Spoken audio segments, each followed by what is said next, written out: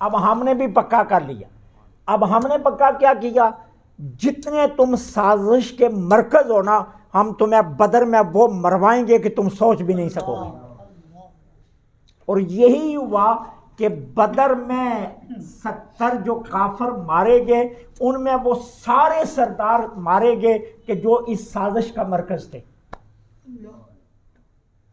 اللہ نے فرمایا تم نے پکا کر دیا نا, اب پکا ہم نے بھی کر دیا. اور وہ ہم نے پکا کیا, ایک تو یہ کہ ہم اپنے محبوب کی حفاظت خود کریں گے, تمہاری نگہم کے سامنے انہیں نکال کر مدینے لے جائیں گے, تمہیں دکھائی بھی نہیں دیں گے, تمہارے درمیان سے گزریں گے, تمہیں پتہ بھی نہیں چلے گا.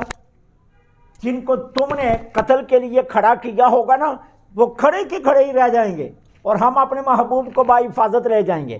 اور جب ہم اپنے محبوب کو مدینے با حفاظت پہنچا لیں گے, پھر تمہیں بدر میں بلا کر وہ مروائیں گے کہ تمہاری نسلیں بھی یاد رکھیں گے. ام ابرموا امرن, تم نے پکا کر لیا, فإنا مبرمون, ہم نے بھی پکا کر لیا. اصل کام وہ ہے جو اللہ کرتا ہے. ہماری ساری تدبیریں دری کی دری رہ جاتی, انسان کی ساری سوچیں رائگاں جاتی ہیں, وہی ہوتا ہے جو میرے رب کو منظور ہوتا ہے. اللہ نے فرمایا ہم نے بھی کر دیا پکا.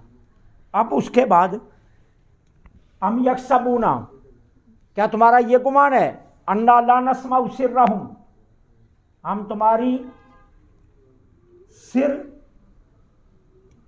پوشیدہ باتیں, نجوا سرگوشیاں, ہم تمہاری پوشیدہ باتوں اور سرگوشیوں کو نہیں سن رہے؟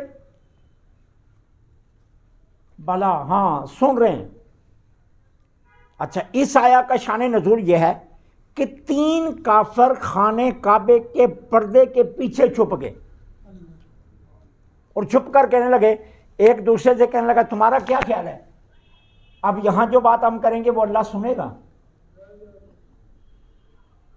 چھپ گئے نا ہم پردے کے پیچھے. اب آہستہ سے ہم کان لگا کر جو بات کریں گے وہ اللہ سن لے گا. دوسرے نے جواب دیا, اگر ہم اونچے بولے نا وہ سن لے گا, اگر ہم آہستہ بولے وہ نہیں سنے گا.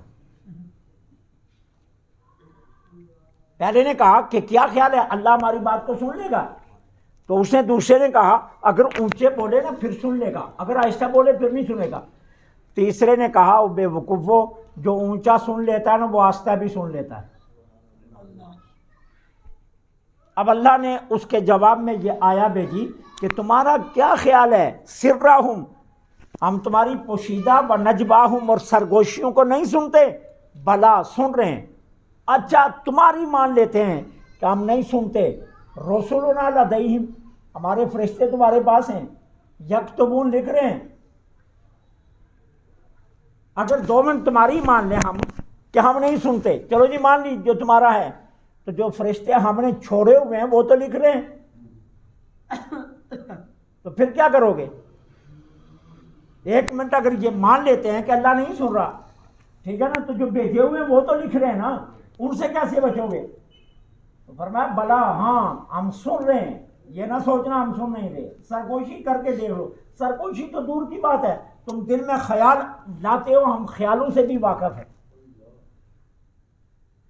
ٹھیک ہے نا. وہ ایک صحابی تھے نا, تو ان کے والد جو نا وہ جب بھی وہ شام کو آتے تو والد کہتے جو کما کر لایا نکال, وہ دے دیتے ہر روز. اچھا ایک دن تنگ ہو گئے, کہنے لگے یار جو کما کر لاتا ہوں ابا جی لے لیتے ہیں, میرے بیوی بچے ہیں, میں کیا کدھر جاؤں؟ اب چونکہ گھر کا نظام ابا جی چلا رہے تھے اس لیے وہ لے رہے تھے. کہنے لگے ابا جی آج میں رسول اللہ صلی اللہ علیہ وسلم کو آپ کی شکایت کروں گا کہ ابا جی سارے پیسے لے لیتے ہیں. ابا جی نے کہا اچھا. وہ چل پڑے مسجد نبوی کی طرف شکایت لگانے کے لیے. اب ابا جی گھر بیٹھے سوچ کیا رہے ہیں, اوہو شکایت لگانے وہ چلا ہے جس کو کل میں نے انگلی پکڑ کر تھاما تھا. شکایت لگانے وہ چلا ہے کہ جس کو کل میں نے بولنا سکھایا تھا. شکایت لگانے وہ چلا جو کل میرے کاندھے پر بیٹھ کر پیشاب کرتا تھا اور میرے پاؤں تک اس کا پیشاب آتا تھا, آج یہ میری شکایتیں کرے گا. اب وہ صحابی حضور کی بارگاہ میں پہنچ گئے, جا کر اپنے والد کی شکایت لگا دی. جبریل امین آ گئے, محبوب کوئی فیصلہ سنانے سے پہلے اس کے باپ سے پوچھ لو وہ کیا سوچ رہا ہے. اب سرکار نے فرمایا جاؤ اپنے ابا جی کو بلا کر لاؤ. یہ بڑے خوش گئے کہ ابا جی کو ڈانٹ پڑے گی آج اور فیصلہ ہو جائے گا. اب وہ صحابی آگے جو والد تھے حضور کی بارگاہ میں، سرکار نے فرمایا تم کیا سوچ رہے ہو؟ ان کے آنکھوں میں آنسو آ گئے. کہا حضور مدینے میں رہ کر ہم کیا سوچ سکتے ہیں؟ ہم جو دل میں سوچتے ہیں آپ کا رب جبرائیل کے ذریعے آپ کو بتا دیتا ہے، ہم کیا سوچیں؟ ہم تو جو دل میں سوچتے ہیں نا، آپ کا رب جبرائیل کو بھیج کر بتا دیتا ہے یہ سوچ رہا ہے، ہم کیا سوچیں؟ حضور میں یہ سوچ رہا تھا. تو میرے آقا نے اپنے صحابی سے فرمایا جا اپنے باپ سے معافی مانگ لے ورنہ خبردار اس کی شکایت لگاتا ہوں. ایمان بھی جاتا رہے گا، صحابیت بھی جاتی رہے گی، کوئی شے نہیں بچے گی. اپنے باپ کو راضی کر. ٹھیک ہے. ہم تو کیا کرتے ہیں؟ ہم تو یہ کرتے ہیں ابا جی نہیں باز آ رہے نا، بیگم کو کہتے ہیں چلیں کرائے پر.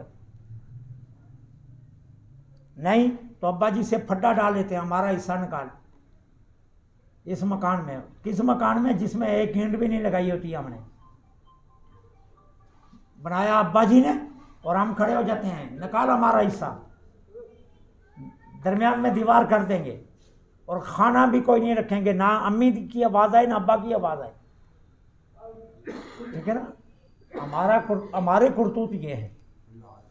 ماں باپ ناراض ہو جائے صحابیت بھی نہیں رہتی. باقی پیچھے عبادت کیا ہے؟ اللہ کے رسول نے تو یہ فرما دیا صحابیت بھی نہیں بچتی، تو باقی باتیں تو دور کی باتیں. ٹھیک ہے نا. نماز روزہ حج زکاتیں یہ تو بہت بعد کی باتیں ہیں. تو اگر ماں باپ ناراض ہیں تو کوئی عبادت قبول نہیں ہوتی، یہ یاد رکھنا.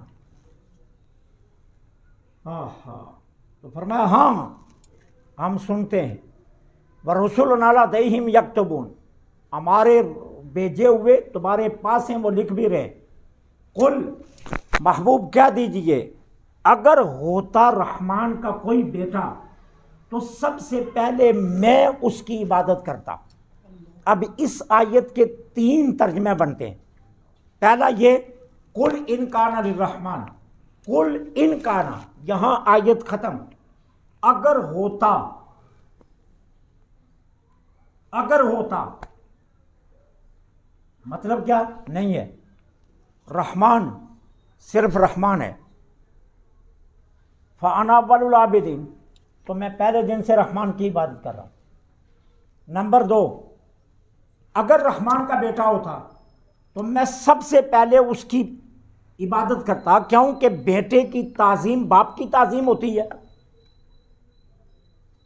نمبر 3، اگر رحمان کا بیٹا ہوتا تو دیکھو میں سب سے پہلے اس کی عبادت کرتا، لیکن میں نے عبادت نہیں نہ کی رحمان کے علاوہ کسی اور کی، تو اس کا مطلب کیا ہوا کہ رحمان کا بیٹا ہی کوئی نہیں. تو تینوں طرح سے آیت کو پڑھو تو تینوں ترجمے نکلتے ہیں کہ رحمان کا بیٹا ہے ہی کوئی نہیں.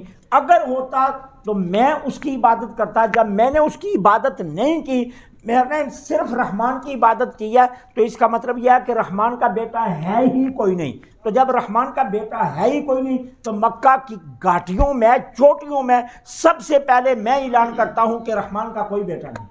سبحان اللہ. اب اس کے بعد فرمایا سبحان رب السماوات والارض رب العرش، جو عرش کا رب ہے، جو آسمانوں اور زمینوں کا رب ہے. یہ کیوں کہا؟ یہ بتانے کے لیے کہ یہ ساری ملکیت اللہ کی ہے، اور اگر بیٹا ہوتا تو اس کا بھی تو کوئی ملک ہوتا نا. تو جب ملک کوئی نہیں ہے تو اس کا مطلب ہے بیٹا کوئی نہیں ہے. تو فرمایا آسمانوں اور زمینوں کا رب اور عرش کا رب جو ہے سبحان، وہ پاک ہے، اما یصفون، ان بہتانوں سے جو یہ لگا ہے. اور ان نے بہتان کیا لگایا تھا؟ مشرکین کہتے ہیں کہ فرشتے اس کی بیٹیاں ہیں، یہود کہتے ہیں عزیر اس کا بیٹا ہے، عیسائی کہتے ہیں عیسیٰ اس کا بیٹا ہے. اللہ فرماتا ہے جس نے جو الزام لگایا اما یصفون، وہ پاک ہے. اس کی ذات ان سارے افطراؤں سے، بہتانوں سے پاک ہے. کیوں؟ اس کا کوئی بیٹا نہیں ہے، آسمانوں زمین اور عرش کا وہی رب ہے، اس کے علاوہ کوئی اور رب نہیں ہے، تو وہ تنہا، وہ اکیلا ہے۔ تو اس لیے فرمایا محبوب یہ اعلان کر دو کہ رحمان کا کوئی بیٹا نہیں، اگر رحمان کا بیٹا ہوتا تو سب سے پہلے میں اس کی عبادت کرتا، اور جب میں نے رحمان کے علاوہ کسی اور کی عبادت نہیں کی ہے تو اس کا مطلب یہ ہے کہ رحمان کا اور بیٹا ہے ہی کوئی نہیں ہے، رحمان ایک ہی ہے، اس کے علاوہ کوئی اور نہیں ہے، تو اس کا کوئی بیٹا نہیں۔ اللہ سے دعا ہے اللہ حق کہنے کی توفیق